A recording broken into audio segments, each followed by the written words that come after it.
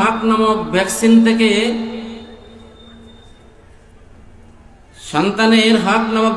থেকে তারা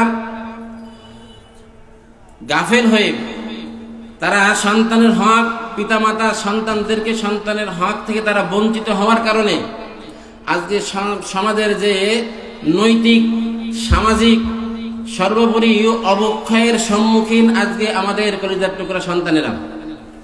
লক্ষ্য করে দেখবেন যে সমাজের যত অবক্ষয়, এই সমাজের অবক্ষয় ঘটে, বলেন তো সমাজে যত দুর্নীতি, যত রাহাজানি, যত অপকর্ম, যত ইফটিজিং, যত মাদকাসক্ত, যত মোবাইল আসক্ত, যত সন্ত্রাসী, যত কালোবাজারি, এইগুলো করে কি 10 বছরের নিচে ছোট শিশুরা? 50 বছরের উপরের বৃদ্ধরা, 50 বছরের নিচে এবং 10 বছরের উপরে, এই যে বয়স, এই বয়সের লোকের মাধ্যমেই সমাজের যত দুর্নীতি, যত এক কথাই পাপাচার এবং অবৈধ পাপ কাজে লিপ্ত হয় এই 10 থেকে 50 বছরের মধ্যে লোকজনে।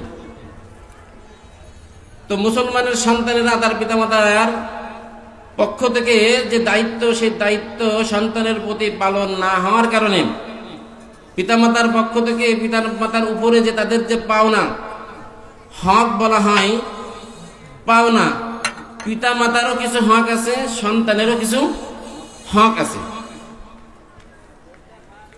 তো আমরা যখন বিভিন্ন জায়গায়, বিভিন্ন মাদ্রাসায় বিভিন্ন সময় কথা বলি, তখন বিশেষ করে মুরব্বীদের পক্ষ থেকে একটা দাবি আসে যে বর্তমান সন্তানেরা পিতামাতার হক আদায় করে না, পিতামাতাকে শ্রদ্ধা করে না, পিতামাতাকে অনার করে না।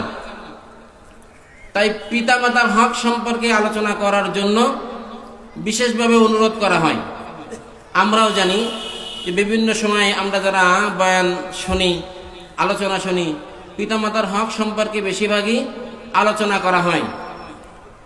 কিন্তু অত্যন্ত দুঃখ এবং পরিতাপের বিষয় যে পিতামাতার হকের আগে, পিতামাতার হকের চাইতেও সন্তানের হক যদি বলি 10 গুণ, তাও ভুল হবে না। পিতামাতার হকের চাইতে সন্তানের হক আদায় করা বেশি জরুরি। কারণ পিতামাতার হক সন্তানের উপরে, অর্থাৎ সন্তানের পক্ষ থেকে সন্তানের কাছে পিতামাতার পাওনা কখন হয়? যখন সন্তান বালেগ হয়। সন্তান যখন বালেগ হয় তখন সন্তানের কাছে পিতামাতার কিছু পাওনা যুক্ত হয়।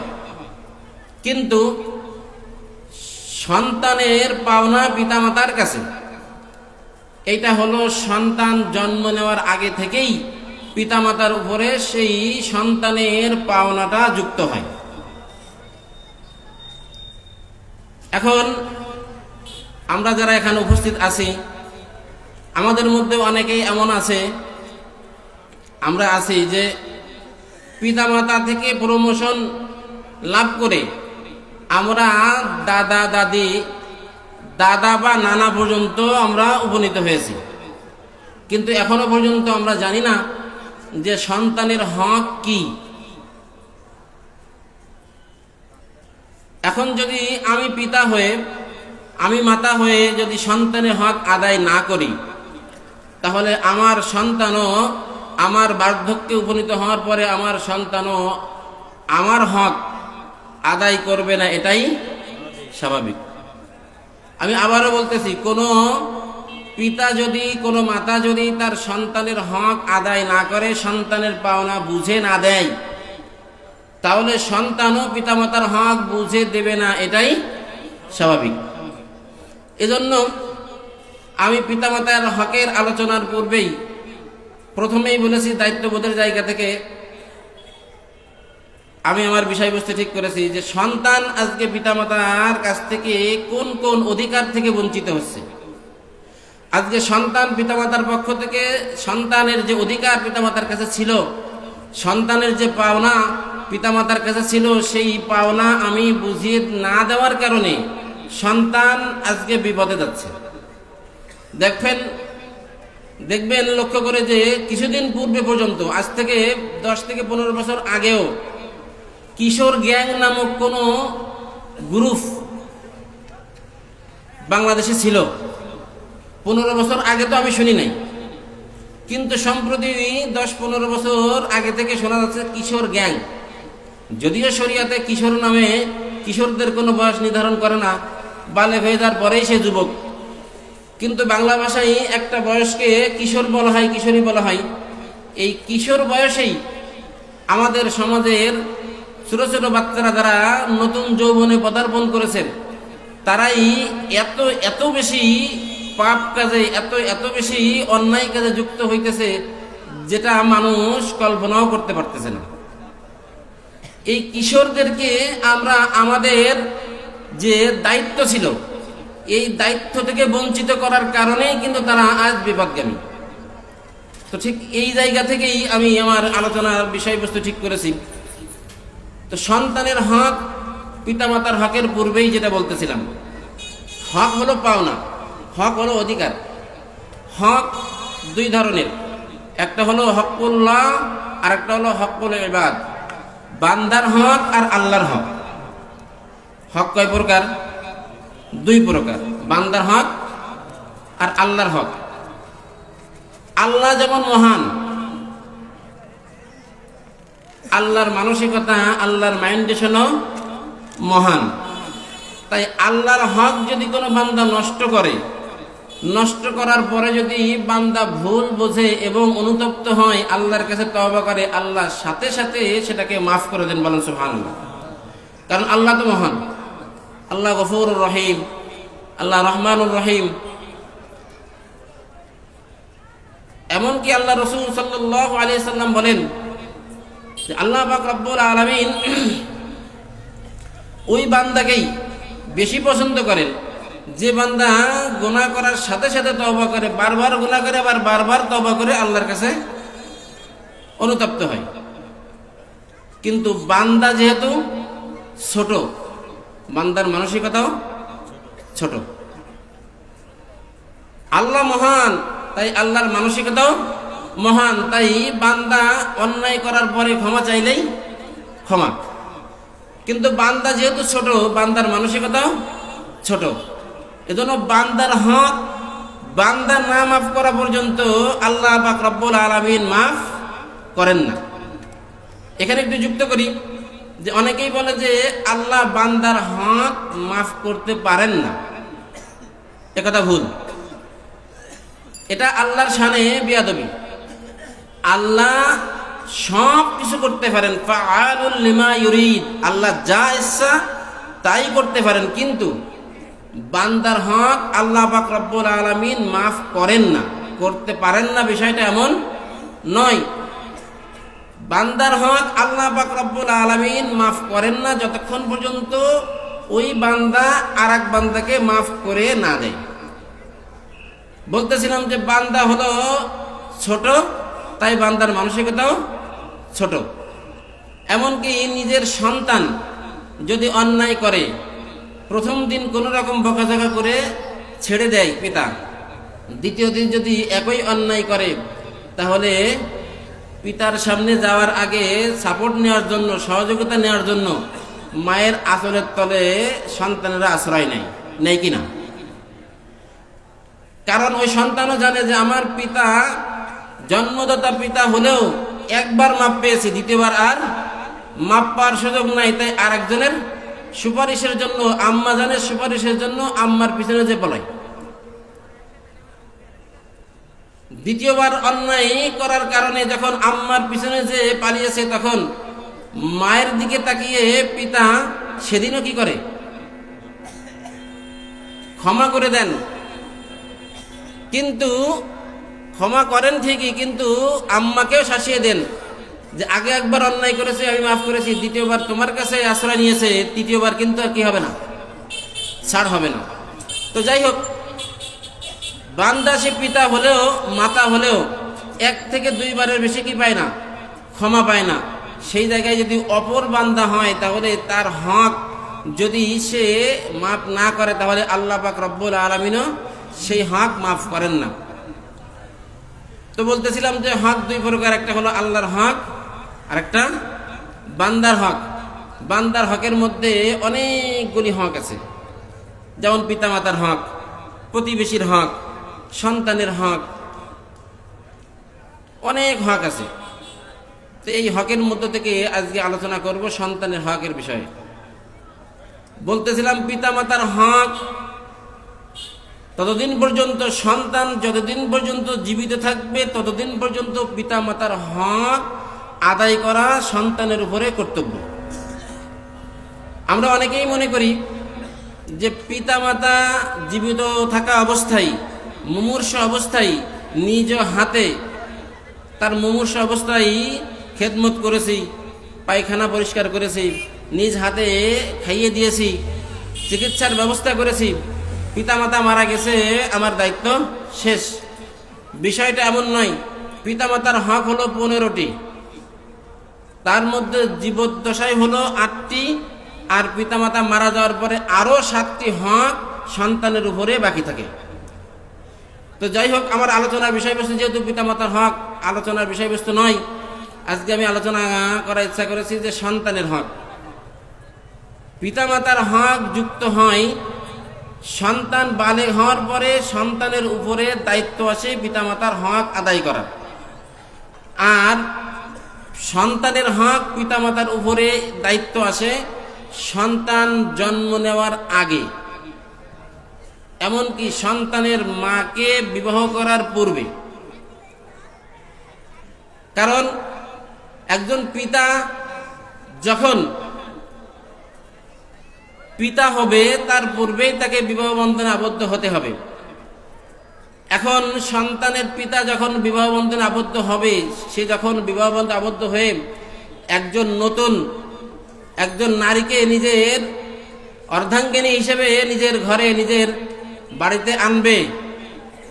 আজকে হয়তো এই নারী এই পুরুষের স্ত্রী, কিন্তু আগামীতে এই নারী হলো আমার আপনার, যে পুরুষ বিবাহ করতেছে তার সন্তানের মা। দেখবেন আমাদের অঞ্চলে আগে ছোটবেলায় শুনতাম যে আমাদের মাহফিলের প্রধান পৃষ্ঠপোষক আলহাজ এস এম আমজাদ হোসেন, ওনার কয়েকটি চিংড়ির ফ্যাক্টরি আছে। শুনতাম ছোটবেলায় যে আজকে বায়ার আসছে, বায়ার মানে বিদেশি ক্রেতারা পর্যবেক্ষণে আসছে যে আমরা যে কোম্পানির যে ফ্যাক্টরির প্রোডাক্টগুলো গ্রহণ করব, সেই প্রোডাক্টটা কোন পদ্ধতিতে তৈরি হচ্ছে তার পর্যবেক্ষণে বায়াররা আসতো। এখনো পর্যন্ত এই সিস্টেম বহাল আছে। এখন প্রোডাক্ট যেখানে তৈরি হয় সেই কারখানা দেখাটা যদি সামান্য একটা পণ্যের জন্য জরুরি হয়, তাহলে আমার সন্তান, সেই সন্তান যে কারখানায় তৈরি হবে, যে গাছে জন্ম নিবে, যে মায়ের গর্ভে জন্ম নিবে, সেই মাটাকে নির্বাচন করাটাও পিতার জন্য সন্তানের হক। কারণ আজকে হয়তো সে স্ত্রী হিসেবে নির্বাচন করতেছে, কিন্তু এই স্ত্রী একসময় ওই স্বামীর সন্তানের মাতা। এজন্য পিতার উপরে সন্তানের হক, সর্বপ্রথম হক হলো যে সন্তানের মাতা নির্বাচন করতে যেন ভুল না হয়। সন্তানের মাতাকে নির্বাচন করা থেকে নিয়েই সন্তানের হক পিতার উপরে শুরু হয়। উদাহরণস্বরূপ আমি বলি, যদি আমি আপনি সুন্দর, এই সামনে আমের মৌসুম আসতেছে, আমি আপনি যদি সুন্দর আম খাওয়ার ইচ্ছা পোষণ করি, সুন্দর আম, মনে করেন আম্রপালি অথবা ল্যাংড়া, যদিও মানুষ ল্যাংড়া হলে দাম কম হয়, আর আম যদি ল্যাংড়া হয় দাম বেশি হয়। এখন সুন্দর আম খাওয়ার ইচ্ছা পোষণ করি, সেই ক্ষেত্রে যদি ল্যাংড়া আম অথবা আম্রপালি এর চারা আপনাকে আমাকে লাগাতে হবে, অথবা ফজলি আম। এখন ল্যাংড়া আম অথবা ফজলি আমের চারা ক্রয় করতে যদি নার্সারিতে যান, যাওয়ার পরে যদি দেখেন যে ল্যাংড়া আম আর ফজলি আমের চারার যে অবস্থা, পাতাগুলো খুব চিকনা, গায়ের মধ্যে ডালের মধ্যে অসমতল, ডালগুলো খুবই চিকনা চিকনা, দেখলেই পছন্দ হইতেছে না। কিন্তু পাশে একটা চারা আছে খুবই গেটআপপূর্ণ, পাতাগুলো খুব সুন্দর, ডালগুলো খুব মসৃণ, গাছটাও খুব মোটা। এখন আপনি তো ইচ্ছা করতেছেন ল্যাংড়া আম বা মিষ্টি আম, কিন্তু ওই চারাটা হলো যেটা আপনার পছন্দ হইতেছে ওইটা হলো আশ্বিনা আম। বলেন তো, মিষ্টি আম খেতে চাইলে আশ্বিনা আমের চারা কিনবেন নাকি ল্যাংড়া বা ফজলি আমের চারা কিনবেন? ল্যাংড়া বা ফজলি আমের চারা কিনতে হবে।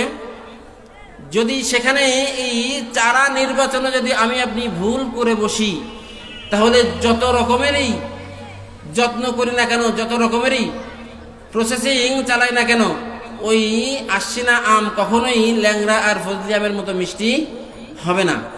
ঠিক তদ্রূপ আমি আপনি যদি নেক সন্তান কামনা করি, আর যদি নেক সন্তানের মাতাকে নির্বাচন করার ক্ষেত্রে যদি এমন মাতা নির্বাচন করি, এমন স্ত্রীকে যদি নির্বাচন করি, এমন সন্তানের মাকে নির্বাচন করি যে নারী তার মায়ের কথা শোনে না, তার পিতার অবাধ্য। সামনে এই যে 14ই ফেব্রুয়ারি আসতেছে, 14ই ফেব্রুয়ারি আসলে, ভ্যালেন্টাইন্স ডে আসলেই ফুল হাতে নিয়ে রাস্তায় রাস্তায় ঘরে, 21শে ফেব্রুয়ারি আর 16ই ডিসেম্বর আসলে হলুদ শাড়ি পরে রাস্তায় ঘরে,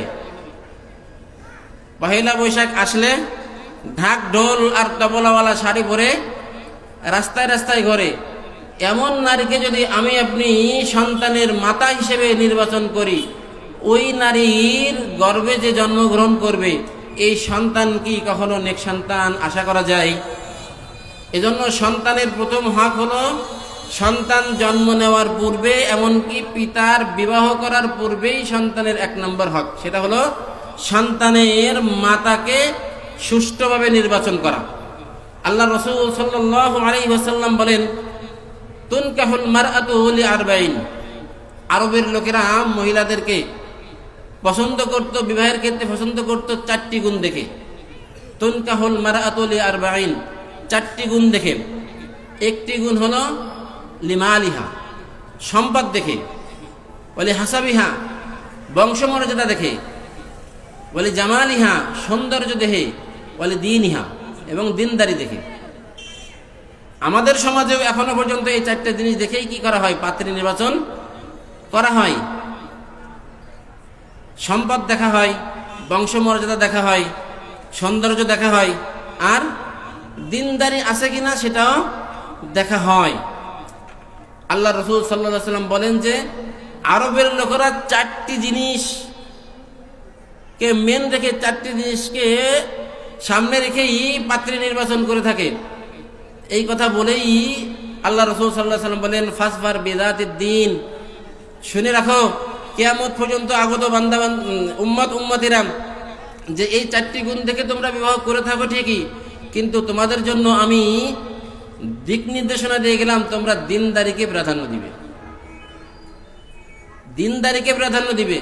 যদি দিনদারি আছে কিন্তু মাল নাই, সম্পদ নাই, বংশমর্যাদা নাই, সৌন্দর্যও নাই, তারপরে আল্লাহ রাসূল সাল্লাল্লাহু আলাইহি ওয়াসাল্লাম বললেন যে দিনদারিকে কি দিবে? প্রাধান্য দিবে। আজকে যদি বদ্দিন কোন নারীকে নিজের জীবন সঙ্গী হিসেবে নির্বাচন করা হয়, 2-1 দিন, 5 দিন, 10 দিন, 1 বছর, 2 বছর হয়তো ভালো কাটে, কিন্তু 2 বছর 5 বছর পরে এই নিজের ঘরটাকেই মনে হয় যেন জাহান্নাম। যারাই এর ভুক্তভোগী তারা ছাড়া কেউ বলতে পারবে না।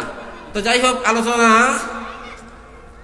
বিষয়বস্তু হলো সন্তানের হক। 1 নম্বর সন্তানের হক হলো সন্তানের মাতাকে নির্বাচন করার ক্ষেত্রে খুবই চিন্তা ভাবনা করা। আমরা যারা এই 1 নম্বর হকের ক্ষেত্রে, এই 1 নম্বর হক আদায় করার চ্যাপ্টারটা, সময়টা পার করে এসেছি, এখন আমাদের জন্য করণীয় হলো বেশি বেশি করে জান্নাতি নারী সাহাবা একরামের জীবনী তাদের সামনে আলোচনা করা, তালিম করা। আমি আলোচনা দীর্ঘায়িত না করে সন্তানের 2 নম্বর যে হক, সেই হক আপনাদের সামনে আলোচনা করব। সন্তানের 2 নম্বর হক হলো, সন্তান যখন জন্মগ্রহণ করে, সন্তান জন্মগ্রহণ করার পরে সন্তানের আকিকা করা। অত্যন্ত দুঃখজনক বিষয় হলো এই আকিকা করা হলো সন্তানের পাওনা, পিতামাতার কাছে সন্তানের পাওনা, এবং এটা সুন্নত বটে, কিন্তু এটা এখন হয়ে গেছে লাভজনক হক বা লাভজনক সুন্নত। 20,000 টাকা খরচ করলে 30,000 টাকা আদায় হয়। প্যান্ডেল সাজায়, হুজুরের কাছ থেকে ফতোয়া নেয় যে আকিকা করতে হলে ছেলের জন্য 2টা খাসি আর মেয়ের জন্য 1টা খাসি, এতটুকু নিয়েই খাসি জবাই করে এবার এলাকাবাসী সবাইকে দাওয়াত দিয়ে প্যান্ডেল সাজায় আকিকা অনুষ্ঠান। আকিকা করা সুন্নাত, আমি আবারও বলি, আকিকা করা সুন্নাত। এই সুন্নাত পালন করতে যে আমি আপনি কবিরা গুনাহের আয়োজন করতেছি। বলবেন কেমন? কবিরা গুনাহের আয়োজন করতেছি। এই যে প্যান্ডেল সাজায় যে আমি লোকজন দাওয়াত দিলাম, এখানে কি শুধু পুরুষরা আসে, মহিলারা আসে? পুরুষ এবং মহিলা, বেগানা পুরুষ এবং বেগানা মহিলাদেরকে একত্র এক জায়গায় একে অপরকে দেখার যে বন্দোবস্ত, যে ব্যবস্থাপনা, যে আয়োজন আমি করলাম, এর জন্য আমি সওয়াবের অধিকারী হব না পাপের অধিকারী হব? তো এই যে সুন্নাত পালন করতে যে আমি কবিরা গুনাহের আয়োজন করে দিলাম, এটা নিতান্তই এর যে কবিরা গুনাহের যে গুনাহ, যে পাপ, সেটা আমার আপনার আমল নামায়, ওই আয়োজকের আমল নামায় লেখা হবে। বলেন নাউজুবিল্লাহ। তো বলতেছিলাম যে সন্তানের দ্বিতীয় হক হলো সন্তান যখন জন্মগ্রহণ করে তার আকিকা করা। এই আকিকা হলো, আকিকার উত্তম পদ্ধতি হলো যে ছেলে হইলে সাধ্য থাকলে 2টা খাসি আর মেয়ে হইলে 1টা খাসি। যদি কারো সাধ্যে না করায় তাহলে ছেলের জন্য 1টা খাসি দিলে কি হয়? যথেষ্ট হয়। এটা জবাই করে গরিবদের মধ্যে দান করে দিবেন এবং এর গোশত নিজেও খেতে পারবেন, কুরবানির গোশতের মতো। আমি আলোচনা সংক্ষেপ করতেছি। যদিও অত্যন্ত দুঃখ এবং পরিতাপের বিষয় হলো এখন সোশ্যাল মিডিয়ার যুগ, আইটি বিশ্বের যুগ। এখন সন্তান জন্মগ্রহণ করার পরেই ওই নিষ্পাপ, ওই ফেরেশতাতুল্য সন্তানের ছবিটা আমরা আগে তুলি। এই ছবিটা যে কত বড় ব্যাড ইফেক্ট ওই সন্তানের উপরে বিরূপ প্রতিক্রিয়া ফেলে, যেটা এই নির্বোধ পিতামাতা কল্পনাও করেন। বলেন তো, ইলেকট্রিক যত যন্ত্র আছে, এই যন্ত্রগুলো কি মানব দেহের জন্য উপকারী না ক্ষতিকারক? ক্ষতিকারক। যার কারণ ডাক্তাররাও বলে থাকেন যে বেশিক্ষণ কম্পিউটার দিকে তাকিয়ে থেকো না, বেশিক্ষণ টেলিভিশনের স্ক্রিনে তাকিয়ে থেকো না, বেশিক্ষণ হেডফোন দিয়ে কানে গান শোনো না, বাদ্য শোনো না। কারণ কি? ওনারা কি নিষেধ করেন গুনাহ হবে সেজন্য, নাকি মানব দেহের জন্য ক্ষতিকারক সেজন্য? তো একটা প্রাপ্তবয়স্ক মানুষের জন্য যদি ক্যামেরা, মোবাইলের স্ক্রিন, টিভির স্ক্রিন, লাউড স্পিকার, এটা যদি ক্ষতিকারক হয়, মাত্র জন্মগ্রহণ করেছে 1 মিনিট আগে যে সদ্য নবজাতক শিশু, তার জন্য ওই ক্যামেরার যে রোশনি, মোবাইল দিয়ে যে ছবিটা তুললেন, আমি শরীয়তের কথা আগে বলতেছি না, আমি মেডিকেল সায়েন্সের কথা আগে বলি।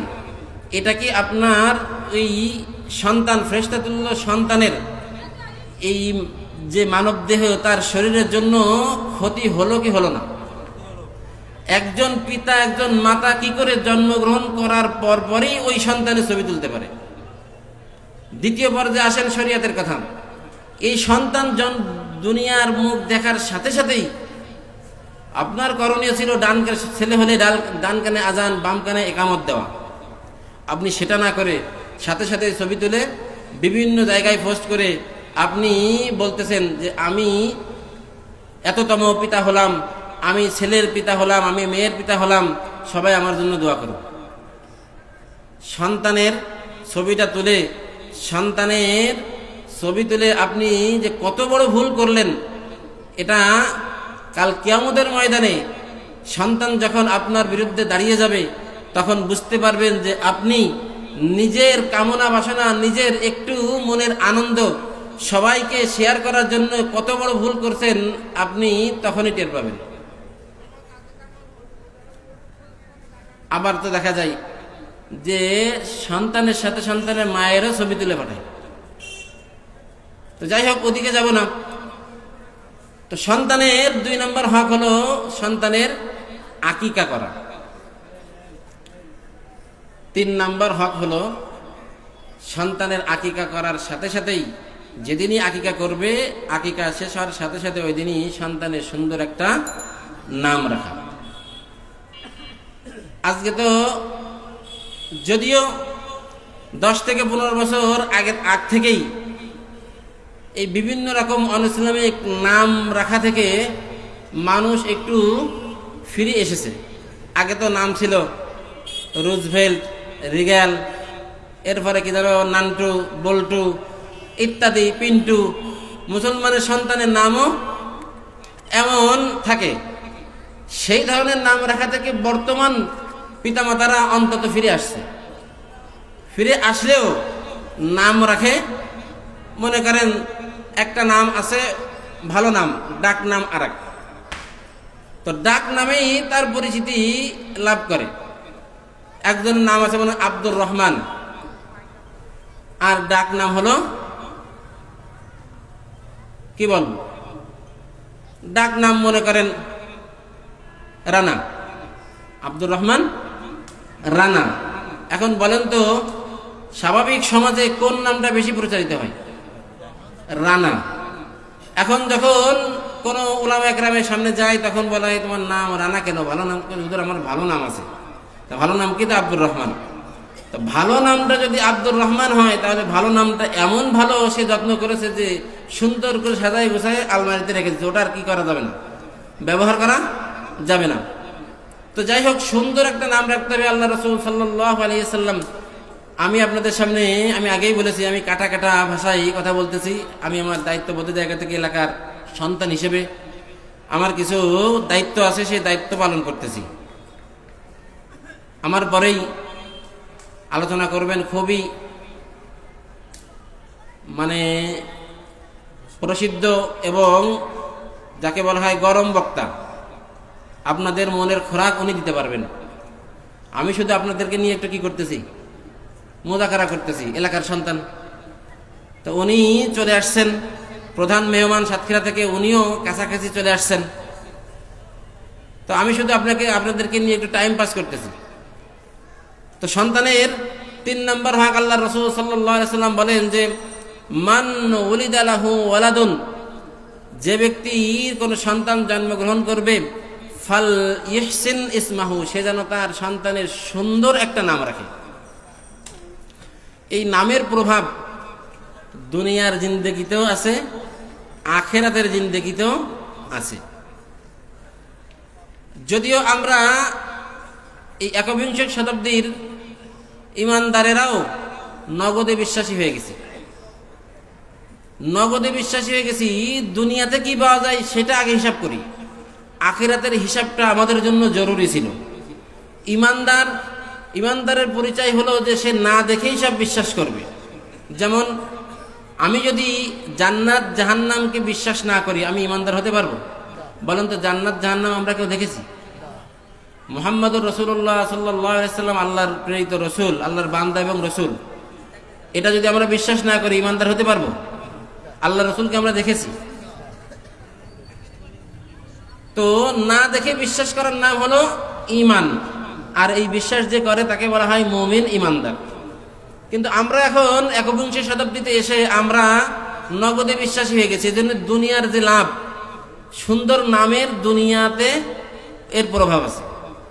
ছোট্ট একটা ঘটনা আমি আপনাদের সামনে তুলে ধরবো সংক্ষেপেই। হাকিমুল উম্মাত, মুজাদ্দিদুল মিল্লাত আল্লামা আশরাফ আলী থানভী রহমতুল্লাহ আলাইহির লিখিত একটা ঘটনা। এই ঘটনা আল্লামা আশরাফ আলী থানভী রহমতুল্লাহ আলাইহি তার কিতাবে উল্লেখ করছেন যে মুসলমানের সন্তানের সুন্দর নামেরও একটা কি আছে, প্রভাব আছে। ভারতবর্ষের একজন প্রখ্যাত ব্যবসায়ী শিল্পপতি, উনি ব্যবসায়িক সফরে কোন এক জায়গায় সফর করবেন, ট্রেন সফর। আমরা যারা পার্শ্ববর্তী রাষ্ট্র ভারতের সম্পর্কে খবর রাখি, বেশিরভাগই ট্রেন সফর করতে হয়। তো ট্রেন সফর করবেন, তো ওনার ব্যক্তিগত পিএস, প্রাইভেট সেক্রেটারি, ওনাকে সাথে নিয়েছেন। সাথে নিয়ে উনি কেটেছেন ফার্স্ট ক্লাস টিকিট, আর ওনার পিএস, ওনার সহকারীর জন্য কেটেছেন সেকেন্ড ক্লাস। তো সেকেন্ড ক্লাসের টিকিট কেটে ওনার সে পিএস সেক্রেটারিকে বলতেছে, তুমি অমুক জায়গায় অবস্থান করো, আর আমি এখানে অবস্থান করি, মাঝে মধ্যে এসে খোঁজ খবর নিও, আর আমাদের গন্তব্য স্টেশনে নামার আগে এখানে এসে আমার ব্যাগপত্র নিয়ে একসঙ্গে আমরা নেমে যাব। ঘটনাক্রমে আল্লাহ পাক রব্বুল আলামিনের ফয়সালা অনুপাতে ট্রেন সফর শেষ হওয়ার প্রতিমধ্যেই ওই শিল্পপতি, ওনার পেটের মধ্যে এত বেশি সমস্যা দেখা দেয় যে উনি বারবার টয়লেটে যান, এরপরে বমি হয়। আমি সংখ্যায় বলতেছি, হতে হতে এক পর্যায়ে তাকে যে পিএ তার প্রাইভেট সেক্রেটারিকে ডাকবে, তা সেই সুযোগও পায় না। এইভাবে হতে হতে উনি একেবারেই বেশ হয়ে ওই কেবিনের মধ্যেই নিস্তেজ হয়ে পড়ে যান। ট্রেনে কর্তব্যরত যারা, ডিউটিরত যারা ছিল, তারা দেখে যে এই ফার্স্ট ক্লাস এই কেবিনের মধ্যে যে ভদ্রলোক ছিলেন, উনি গুরুতর অসুস্থ, এবং তার যে বেড ছিল, তার কেবিন ছিল, সমস্ত বেড বমিতে এবং ময়লাই একেবারে নষ্ট হয়ে গেছে, এবং উনি অচেতন অবস্থায়, আশেপাশে কেউ নাই। তো ওনারা ওনাদের ডিউটি অনুপাতে ওনার ওই লাশটাকে পরবর্তী স্টেশনে ফেলে দিয়ে ওনাদের ওই কেবিনটাকে পরিষ্কার করে ফেলছে। তো পিএস যিনি ছিলেন, ওনার তো গন্তব্য দেওয়া রয়েছে যে অমুক স্টেশন। তো পরবর্তী স্টেশনে এসে দেখে যে সেই বস আর কেবিনের মধ্যে নাই। তো গন্তব্যে নেমে যে উনি খোঁজাখুঁজি করতেছেন। তো যেহেতু আগের স্টেশনে কর্তব্যরত লোকেরা তাকে তার ওই লাশটাকে, তার ওই দেহটাকে প্ল্যাটফর্মে রেখে দিয়েছে, এই জন্য যে পিএস ছিল সেই পিএস আর তার লাশটা খুঁজে পায় না।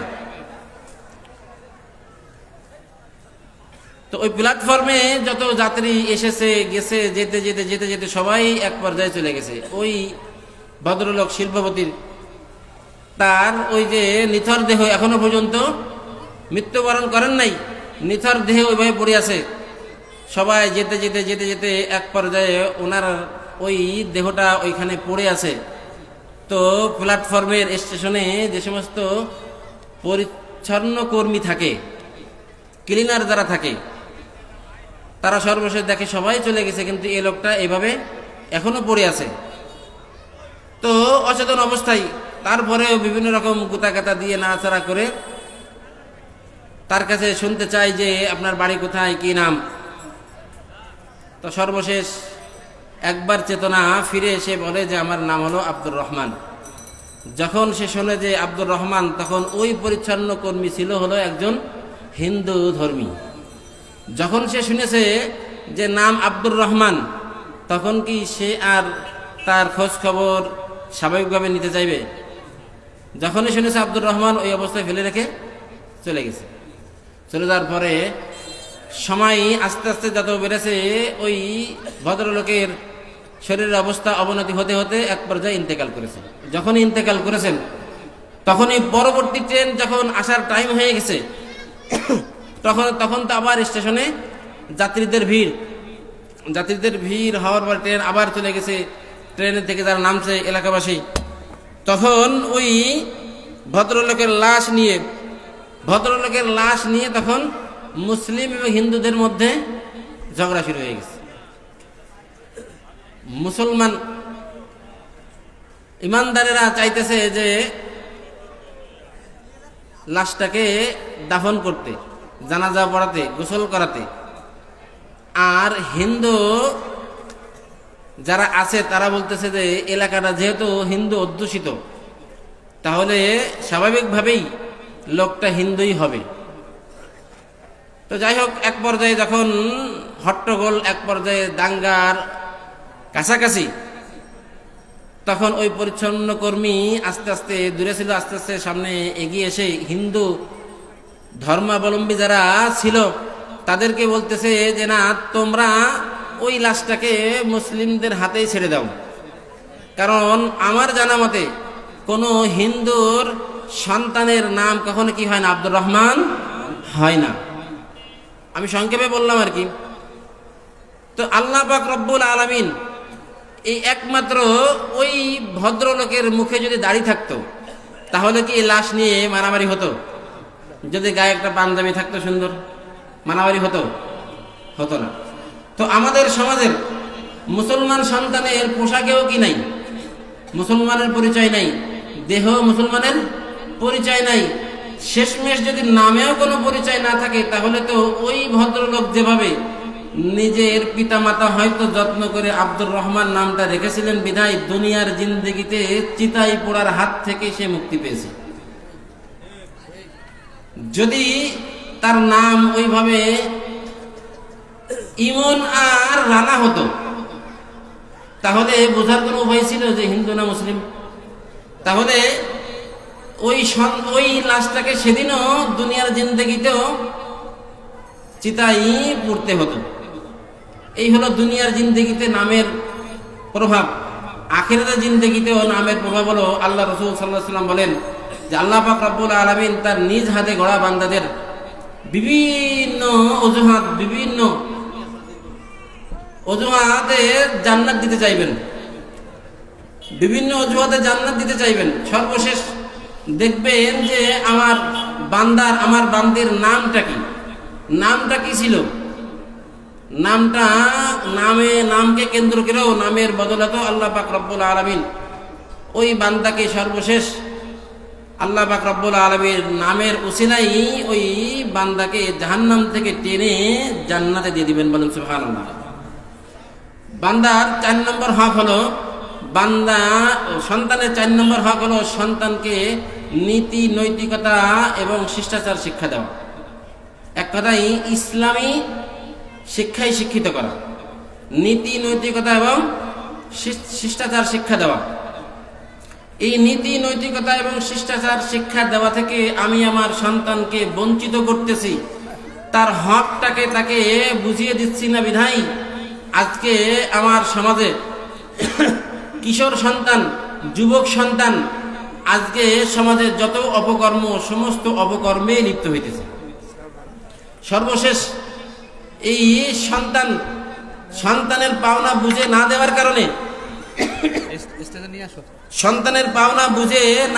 কারণে, এই সন্তানও পিতামাতা যখন বার্ধক্যে উপনীত হইতেছে, পিতামাতার হক, পিতামাতার পাওনাও সন্তান বুঝে দিচ্ছে না। এই সন্তান যে আজকে বিপদগামী হইতেছে, সন্তান যে পিতামাতার অবাধ্য হইতেছে, এর জন্য প্রথমত দায়ী হলো সন্তানের পিতামাতা। পিতামাতা তার সন্তানের পাওনা বুঝে দেয়নি বিধায় সন্তানও আজকে পিতামাতা আর পাওনা কি দিচ্ছে না, বুঝে দিচ্ছে না। এজন্য সন্তানের সবচাইতে গুরুত্বপূর্ণ হক হলো সন্তানকে নীতি নৈতিকতা এবং শিষ্টাচার শিক্ষা দেওয়া। এক কথায় কোরআনিক এবং ইসলামিক জ্ঞান শিক্ষা দেওয়া। কোরআনিক এবং ইসলামিক জ্ঞান শিক্ষা দেওয়া হলো সন্তানের অধিকার। এই অধিকার থেকে আপনার সন্তানকে বঞ্চিত করতেছি বিধায় আজকে সন্তান অবাধ্য হইতেছেন। আল্লাহ পাক রব্বুল আলামিন এই ভাঙ্গা ভাবে যতগুলি কথা বলার তৌফিক দান করলেন সন্তানের হক সম্পর্কে, এর উপরে আমল করার তৌফিক দান করেন।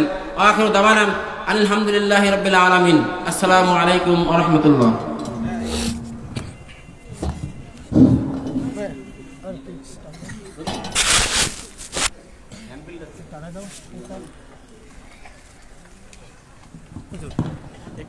আলহামদুলিল্লাহ, সবাই বলি আলহামদুলিল্লাহ, জবান খুলে বলি আলহামদুলিল্লাহ। আলহামদুলিল্লাহ হামদান কাসীরান তাইয়িবান ফীহি। 3 দিনব্যাপী ঐতিহ্যবাহী 33তম লক্ষ্য তাহারডাঙ্গা আমিলে সালাম ঐতিহাসিক তাফসীরুল কোরআন মাহফিলের উদ্বোধনী দিবস আজকে।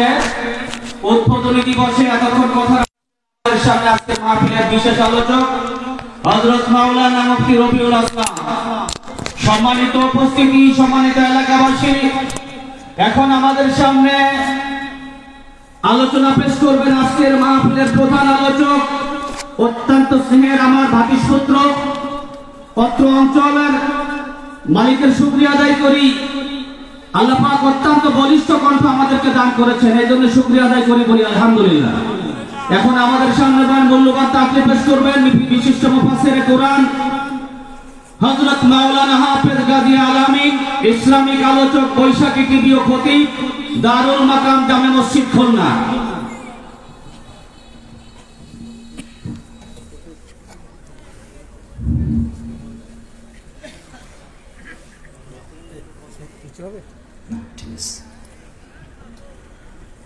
আসসালামু আলাইকুম ওয়া রাহমাতুল্লাহি ওয়া বারাকাতুহু।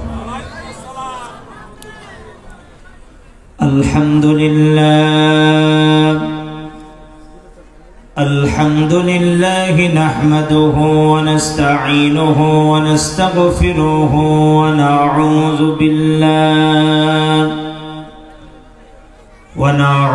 بالله من شرور أنفسنا ومن سيئات أعمالنا. من يهد الله فلا مضل له ومن يضلله فلا هادي له. ونشهد أن لا إله إلا الله وحده لا شريك له، الذي أرسله بالحق بشيرا ونذيرا وداعيا إلى الله بإذنه وسراجا منيرا. فقد قال الله تعالى في كلامه المجيد وفرقانه الحميد: أعوذ بالله من الشيطان الرجيم. بسم الله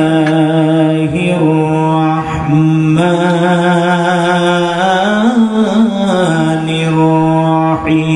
الرحيم. إن الله وملائكته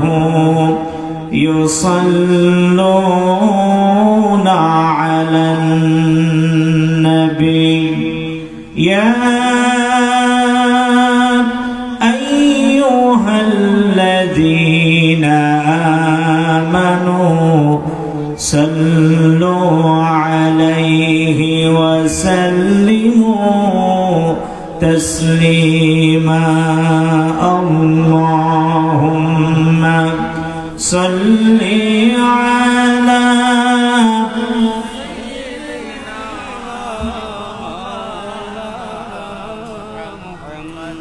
وعلى آل سيدنا